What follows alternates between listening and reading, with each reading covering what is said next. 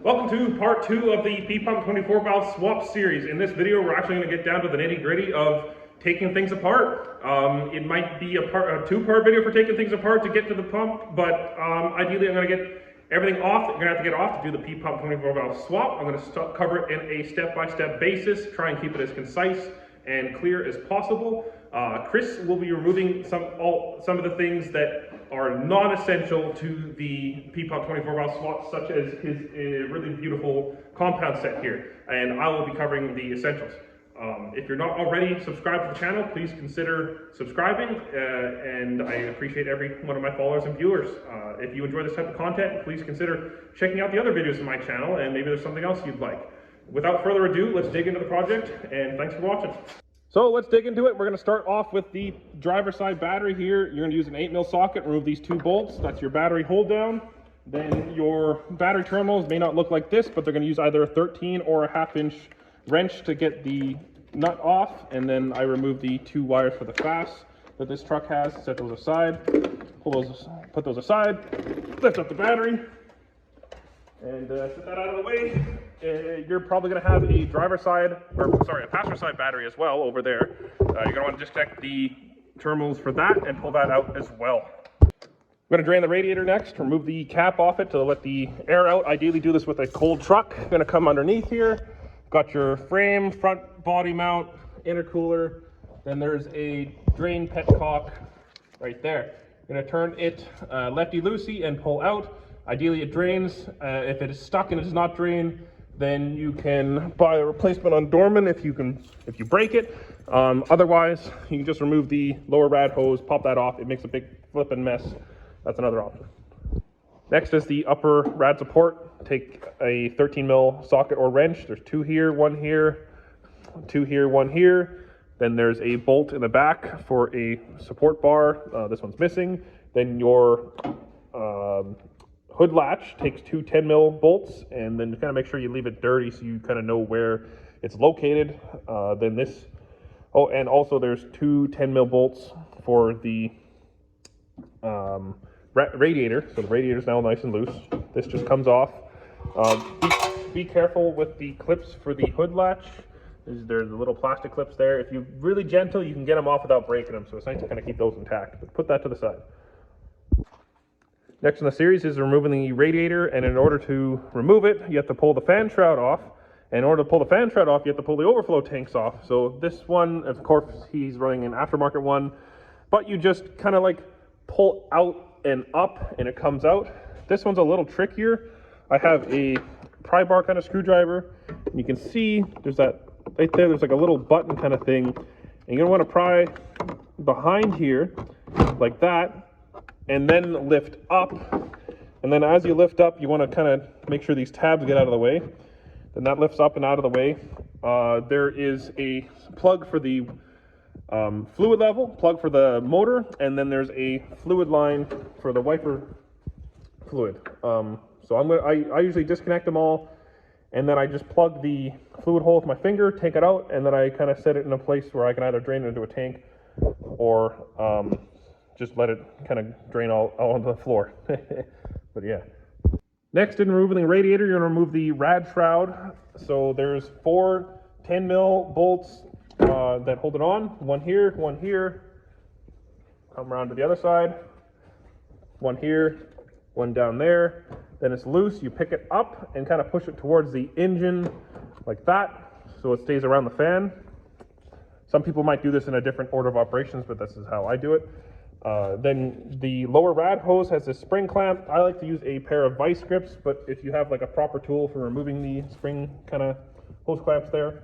I lift the side of the radiator up because there'll still be coolant in the bottom of it, and then remove the hose as you lift this up, and kind of try and keep it elevated, and then move your bucket over here later because there's always going to be coolant left in the engine.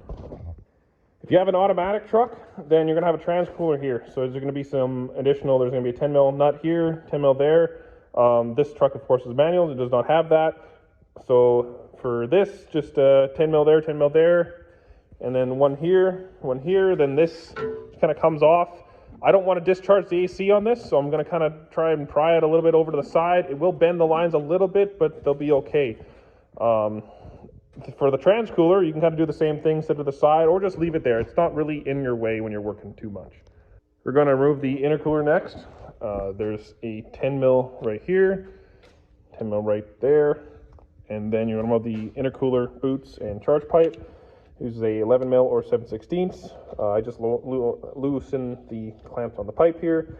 Then you get the boot loose for both sides. Remove those, and then this just picks straight up and then out. Moving to the front of the engine, you're going to want to remove the belt. This one uses a 1/2-inch drive ratchet. Some may use a 3/8. Loosen the tension off, belt will come off, and then you want to remove the fan. Now for the fan, either if you have the special tool associated with pulling this thing off, it has like a big nut that you loosen by going clockwise, so righty-loosey. However, I don't have that tool, so I just remove the bolts for the pulley here, and then it allows me to get at this one bolt that is otherwise blocked by the pulley. Sometimes I get lucky by just putting an open end of a wrench on there to loosen it off, but most of the times it just rounds out. So that's loosened off. You remove all these, and then the fan pulley comes off. Little note, this truck, I believe, is on an original water pump, as there's just a small kind of groove worn into it. So probably about, like most trucks, like the 300,000 kilometer mark, 300 to 400,000 window, the stock water pump goes. And if yours looks like this, it's like kind of iron colored and has a little groove in it, probably best just to change it while you have it all apart here. So the owner, Chris here, he went and picked up a new water pump. So even though it's not good, or sorry, it's not bad, it's good just to do it while you have it apart. There's the front breather here. Move the hose like that.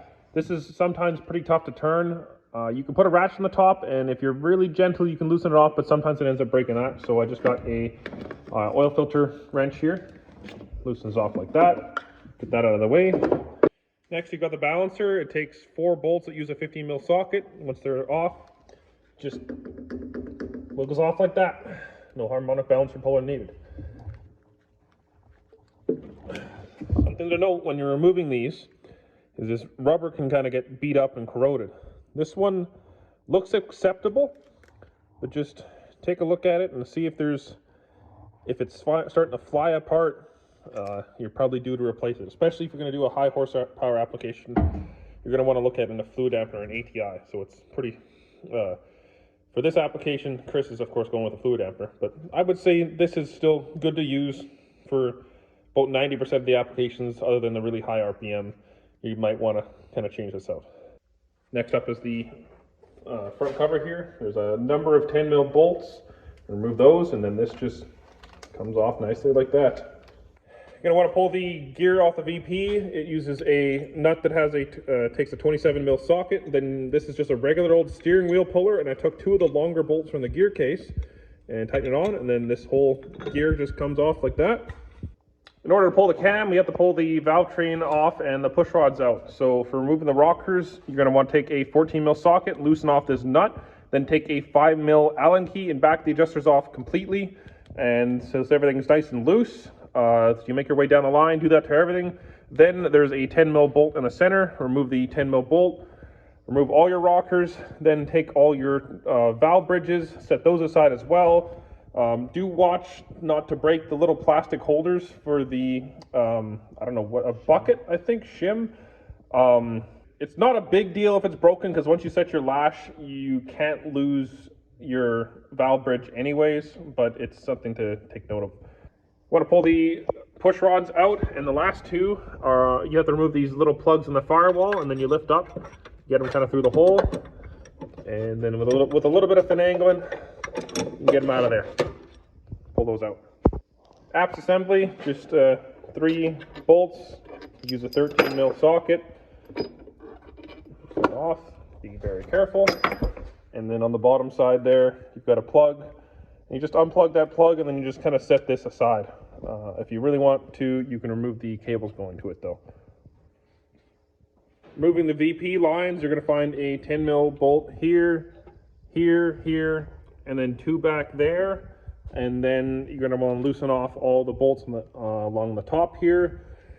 And then these lines come off in sets. So this is the first half, Don't undo any of these line clamps with the blue dampeners.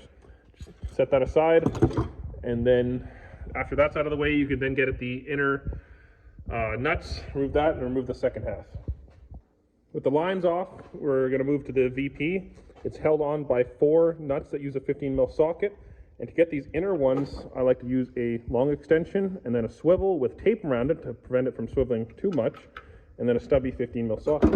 You get those in there, and then there's a pump support bracket in the back that I think there's a 10mm, yeah, or what's that, 13? Like 2 13s there. And then with the gear off, those nuts off, remove your supply line and your return. VP. Now, there's a lot that's changed. The cylinder head is off the engine. It is going to get O-ringed, but you don't have to do that. Imagine the cylinder head's here. You're going to have no push rods in it anymore. And you don't have to do the Tappet cover gasket, but if it's original, I would highly recommend doing the Tappet cover gasket while you're doing this whole swap, as when you kind of start cranking the power up, they are known to blow out. So the next thing I'm going to do is remove this and remove the ECM. I'm not sure if the ECM will still fit with the P pump, so I'm going to leave it loose for when I put this all together, and then I can bolt it back on afterwards if need be. So the Tappet cover is just held on by a couple 10mm bolts. There's 1, 2, 3, 4, and then 5. I believe there's 5. There might be another one kind of behind it, so maybe there's 6. And then the Tappet cover will come off, and then you'll be able to see all the tappets. And we're going to get towards pulling the gear case off next. The Tappet cover is off. You can see the tappets in the engine here, and I'm going to go pick up some dowels for them as I don't have them right now.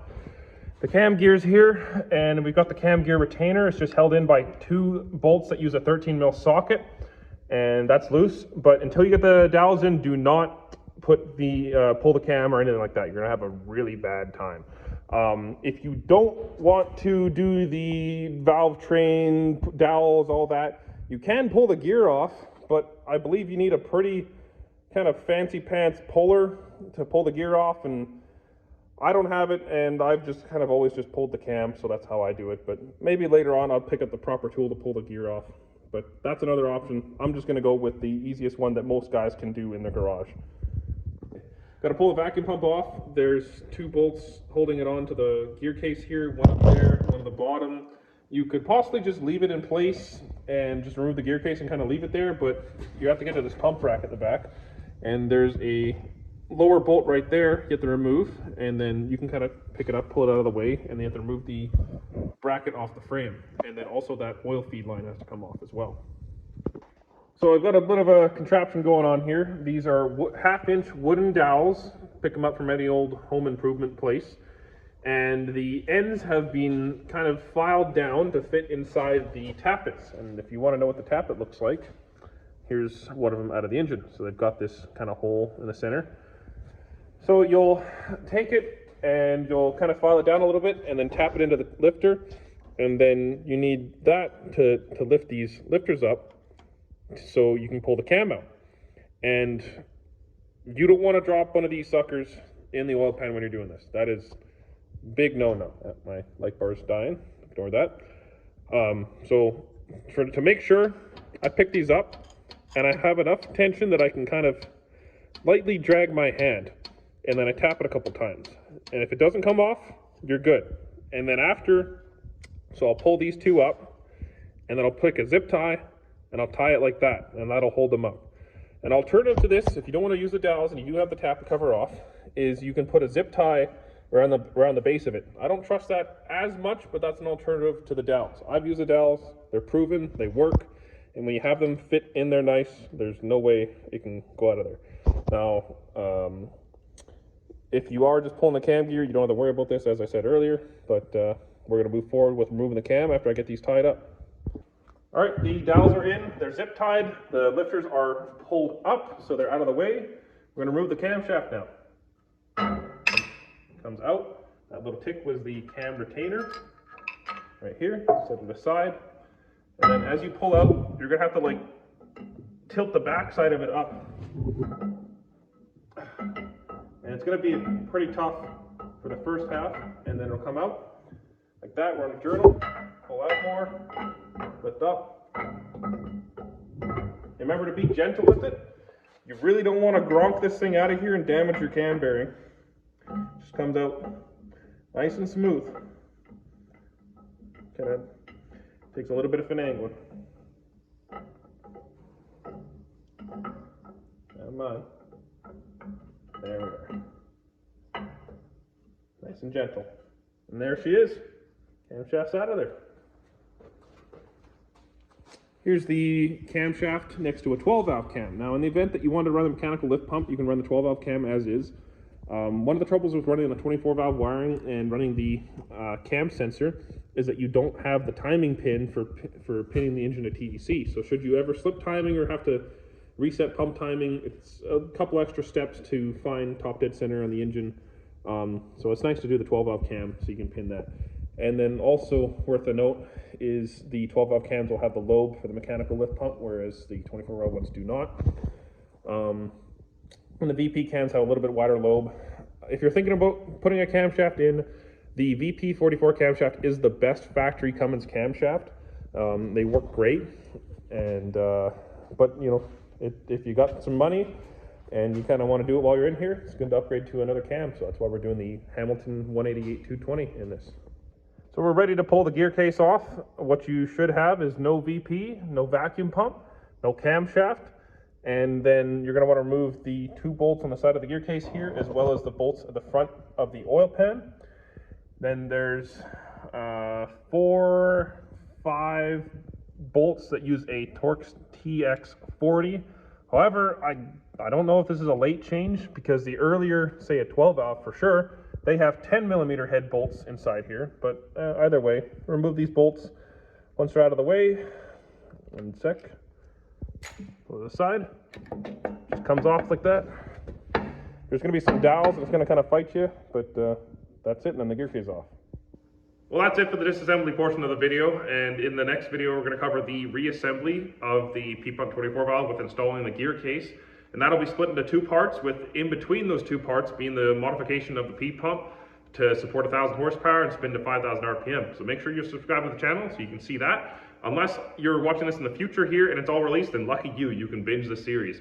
If you like this video, please comment, let me know. I enjoy hearing from you. It seems like it's been pretty well received, and if you have any questions, fire them away as well. I'll pin the really good ones if I missed something obvious. But if you enjoyed the structure of the video and the pacing and everything like that, I tried to make it mechanic friendly, because I ain't got time for too much bullshit and taking bolts out and blah blah blah. Anyways, I'm running out of words here. That's it. Thanks. See you later. Bye.